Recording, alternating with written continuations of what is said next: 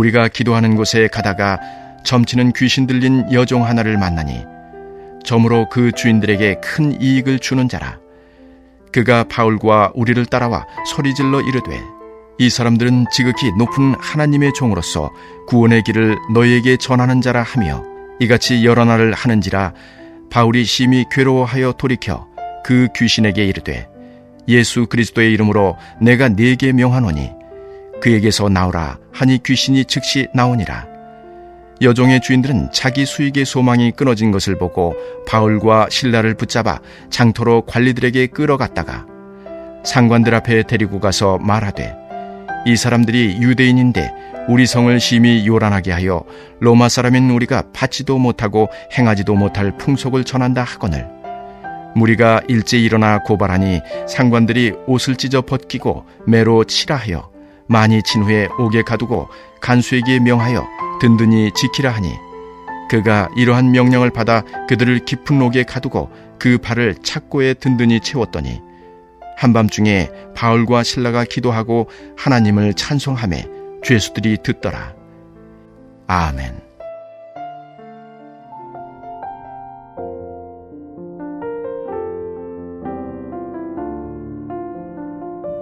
사도행전 16장은 오늘날의 터키 지역인데 그곳에서 이 빌립보라는 오늘날의 그리스 지역인데 빌립보라는 도시를 중심으로 사도 바울이 복음을 전하는 장면입니다.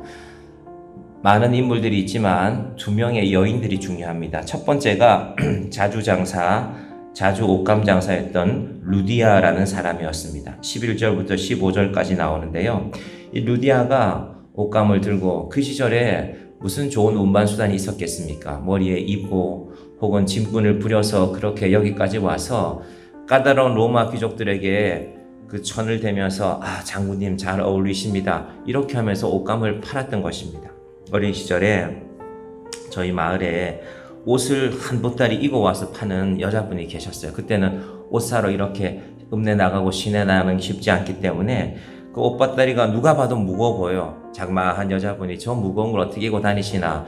그럼 어느 집에 펼쳐놓으면 이제 그 집에 와서 구경하고 제 기억에는 누구든지 옷을 이렇게 펼쳐서 맞춰보고 이게 잘 어울린다 저게 잘 어울린다 고단한 일이지 않겠습니까? 그러다가 식사 때가 되면은 이제 그 집 주인이 밥 한 그릇 하고 김치 하나 주면은 마루턱에 앉아서 드시는 모습을 가끔 보곤 했었습니다. 그리고 다시 그 옷을 쥐고 가는데 사람들이 이제 들어주죠. 머리에 이기까지는 자기 힘으로 들기 힘드니까.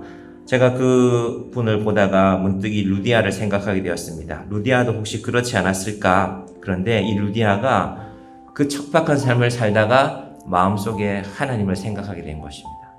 내가 이 귀족들 비위 맞추고 이렇게만 살아가고 있는데 그 마음을 열어 14절에 보십시오. 그 마음을 열어 바울의 말을 따르게 하신지라. 루디아의 목적이 뭡니까? 돈 벌어야죠. 돈 벌려고 이렇게 고생하고 있지 않습니까? 그런데 내가 돈 벌어야 되지만 돈이 전부는 아니구나. 그때부터 루디아가 돈을 쓸 생각을 합니다. 그게 15절이었는데요. 보십시오. 그와 그 집이 다 세례를 받고 우리에게 청하여 이르되 만일 나를 주 믿는 자로 알거든 내 집에 들어와 유하라 하고 강권하여 머물게 하니라. 사도 바울 일행이 남자만 4명인데 더 있을지도 모르는데 여러분 자기 집에 사람 4명을 초청해서 먹이고 재우고 하는 것이 당연히 돈이 들어가죠. 근데 루디아가 결심한 것입니다. 내 인생이 돈 버는 것에만 붙들려 살다가 내 마음을 열게 되었다라는 것입니다. 자, 그리고 이제 또 한 명의 여인이 등장하는데 이 여인은 어쩌면 루디아보다 상황이 훨씬 좋지 않습니다. 어떤 여인이냐면요. 바로 귀신 들린 사람이었습니다. 자, 귀신 들린 사람이 세상에는 곳곳에 있죠. 그런데 이 귀신 들린 여종 하나가 상황이 어떤지를 보는 또 다른 단어들이 본문에 나옵니다. 16절 보십시오. 점으로 그 주인들에게 큰 이익을 주는 자라. 이게 무슨 말이냐면 지금 2024년에 대한민국에도 그런 현수막이 자주 보입니다. 얼마 전에도 제가 내강리를 지나가는데 내강리에서 새롭게 신내림을 받은 어린 아이가 있다. 이제 신내림을 받으면은 용하다는 소문이 나죠. 그러면 그 기간 동안에 사실은 무당은 시작하고 나서 처음 얼마 동안에 돈을 많이 벌어야 된답니다. 왜냐하면 무당으로 살다가 일상생활로 돌아오는 게 쉽지 않습니다. 여러분, 신내림을 받은 사람이 혹시 그런 삶의 상황을 아는지 모르겠지만, 그런데 저는 그런 생각을 했습니다. 아니, 어린아이가 신내림을 받았으면 그게 얼마나 안타까운 일입니까? 근데 그 현수막을 끌은 건 도대체 누가 끌었을까? 그 가족들이 끌었을까? 아니면 누군가가 그 아이를 앞장 세워놓고 돈 벌려고 하는 사람이 있는 것이 아닐까? 여러분, 세상의 이치는 크게 다르지 않습니다. 2000년 전에 사도 바울이 있는 그 빌립보라는 도시에도 잘 보십시오. 귀신 들린 여종 하나가, 여종이니까 사회적으로 지위가 낮은 사람이죠. 근데 귀신이 들렸으니까 점을 치기 시작한단 말입니다. 주인이 하나가 아니라 그 주인들에게 큰 이익을 주는 자라, 그 아이를 몇 사람이 산 것입니다. 좋게 말하면 그게 투자가 되겠죠. 그런 일이 지금 벌어지고 있습니다. 사도 바울이 어떨까요? 자, 17절 보겠습니다. 그가 바울과 우리를 따라와 소리질러 이르되 이 사람들은 지극히 높은 하나님의 종으로서 구원의 길을 너에게 전하는 자라 하며, 귀신이 제대로 들렸죠. 정확하게 알고 있지 않습니까? 바울을 알아보는 것입니다. 이 사람들 하나님의 사람이다. 악한 영이지만 하나님의 사람을 알아보고 있는 것입니다. 문제는 바울이 어떤 선택을 하는가가 문제인데, 바울로서는 당연히 기도해주고 그 여종을 낫게 하는 게 맞죠. 그런데 그게 쉽지가 않습니다. 왜 그럴까? 이유가 있죠. 자, 18절 보겠습니다.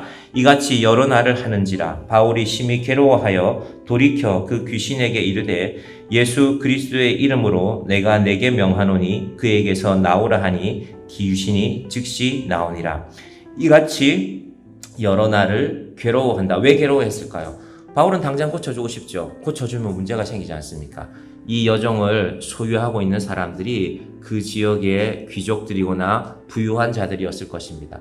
그럼 바울이 이 아이를 고쳐주면 무슨 일이 생겨날까? 돈을 못 벌게 되겠죠. 그 상황이 바로 19절의 상황입니다. 자, 19절까지 볼까요?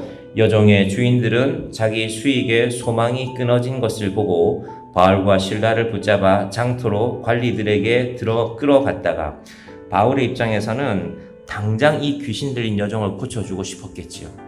얼마나 마음이 아팠겠습니까?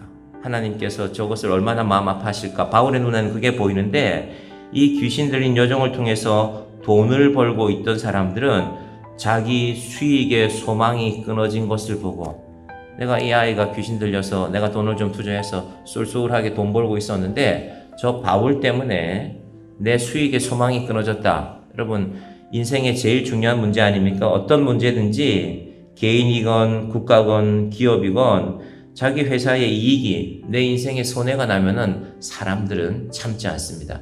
그런데 그게 누구를 붙들고? 한 영혼을 붙들고 이러고 있는 것입니다. 여러분, 그래서 혹시 길가에 지나가다가 현수막에 새롭게 신이 내렸다 이런 현수막 보면 기도하셔야 됩니다. 하나님, 또 한 영혼이 안타까운 가운데 있습니다. 신 내린 사람, 그 사람이 돈 쓰겠습니까? 그 주변 사람이 돈 쓰겠죠. 실컷 이용하고. 여러분, 그리고 그 무당의 삶이 끝난 사람들은요, 정상적인 사회생활을 하기가 힘들어집니다. 이미 주변의 사람들이 다 알고 있거든요. 아, 저 사람 그랬던 사람이구나. 여러분, 그래서 우리가 그런 현수막 보시면 기도해야 된다는 말입니다. 사도 바울이 처음에 주저주저 했던 이유가 있습니다. 내가 이 아이를 고치면 그 아이를 소유하고 있는 그 무당의 이 귀신 들린 소녀의 주인들이 교회를 해할까봐. 그들은 힘이 있는 자들이고 그들은 능력이 있는 자들이기 때문에 바울이 그것을 마음에 괴로워했던 것입니다. 그러나 바울은 돌이켜 그 귀신에게 이르러 예수의 이름으로 내가 내게 명하노니 그에게서 나오라 하니 귀신이 나오니라. 한 영혼을 살리는 길을 사도 바울이 택한 것입니다. 그럼 지금 상황을 보면 사도 바울이 빌립보 도시에 있는 귀족들이, 부자들이, 로마 사람들이 더 힘이 센 것 같습니다. 그래서 사도 바울이 결국 다음 본문에 보면 감옥에 잡혀 들어가거든요.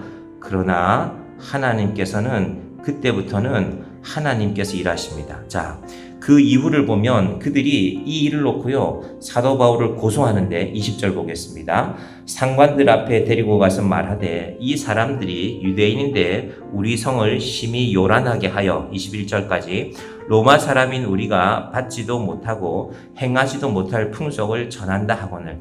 이게 말이 좀 이상한 겁니다. 사도 바울을 왜 이 사람들이 잡아놓고 싶습니까? 손해봤기 때문에, 너 때문에 우리가 돈 못 벌었다, 이게 이유이지만 고소할 때는 그렇게 하지 않습니다. 뭐라고 합니까? 로마의 풍속을 흐트렸다. 우리 사회에 질서가 있는데 클라우디오라는 황제가 로마는 태양신을 섬기는 나라이고 그 태양신의 중심에 로마 황제가 있거든요. 근데 내가 로마를 통치하는데 언제부턴가 로마 황제를 믿지 않고 신으로 섬기지 않고 하나님을 섬기는 유대인들이 나타났거든요. 그 유대인들을 쫓아내는 것이 당시 황제의 정책이었습니다. 당연히 빌립보도 그 정책 아래 있었죠. 그러니까 그걸 갖고 이용하는 것입니다. 여러분, 세상은 항상 하나님의 나라를 반대하고 교회를 핍박하려고 할 때 세상의 방식대로 합니다. 요즘 방송들이 요즘에는 셀 필요도 없이 기독교에 대한 반대되는 방송을 계속 내보냅니다. 여러분, 그런데 우리나라의 중요한 방송사들, 특히 2015년대에는 실제로 그런 사건이 있었습니다. SBS의 한 PD가 이슬람 단체로부터 큰 돈을 받았습니다. 그래서 기독교를 반대하는 내용이 있으면은 많이 광고해주면, 방송해주면 당신에게 우리가 살해하겠다라는 내용이 수사를 통해서 밝혀지기도 했습니다. 그래서 우리가 세상의 이야기를 들어볼 때도, 텔레비전을 보실 때도 교회를 반대하는 얘기, 교회에 잘못된 건 이야기, 물론 우리가 잘못하지 않아야죠. 그러나 한편으로는 세상이 정의라는 이름으로, 사회의 정의를 구현한다는 이름으로 교회를 지금 제일 많이 만만한 게 교회입니다, 사실은. 불교나 가톨릭은요, 언론에 어떤 보도가 나가면 교단 차원에서 대응합니다. 그거는 이런 일입니다. 그래서 일단 변호사를 통해서 가처분 중지를 해놓는데 기독교는 통일된 기관이 사실은 없는 상황이거든요. 그런 시대를 우리가 살고 있는 것입니다. 자, 그런데 그들이 사람들을 잡아가는데요. 누구를 잡아가느냐 하면은요. 자, 사도를 잡아가는데 누구를 잡아라 가냐면 19절 보십시오.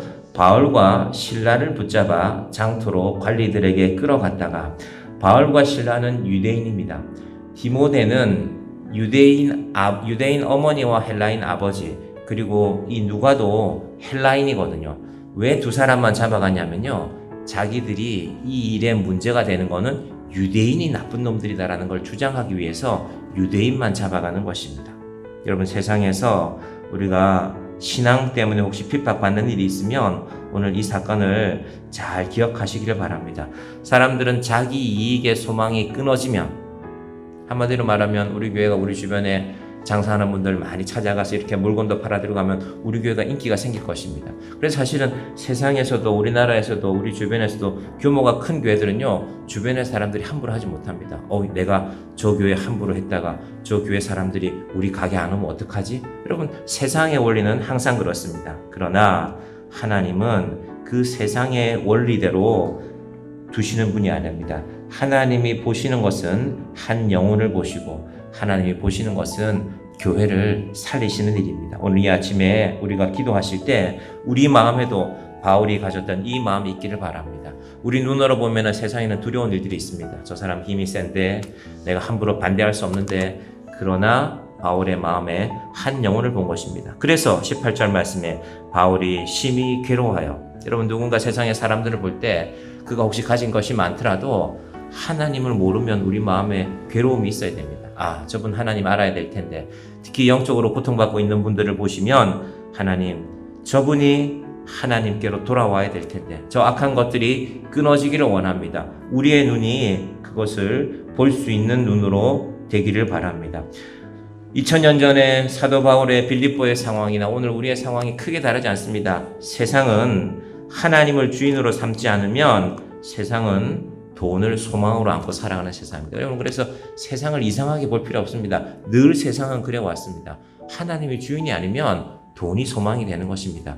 돈은 필요합니다. 돈은 중요합니다. 그러나 그 돈이 하나님의 자리에 가지 않도록, 귀신 들린 요정 하나를 놓고 많은 사람들이 투자하고, 저 아이가 괴로우면 그들의 관심이 없습니다. 이 아이를 통해서 내가 돈만 많이 벌면 된다. 이 세상을 향하여, 그런 세상을 향하여 하나님의 마음으로 기도하는, 하나님의 마음으로 세상에 용기 있게 일어서는 저와 여러분이 되시기를 주님의 이름으로 간절히 축원드립니다. 기도하겠습니다. 하나님, 감사합니다.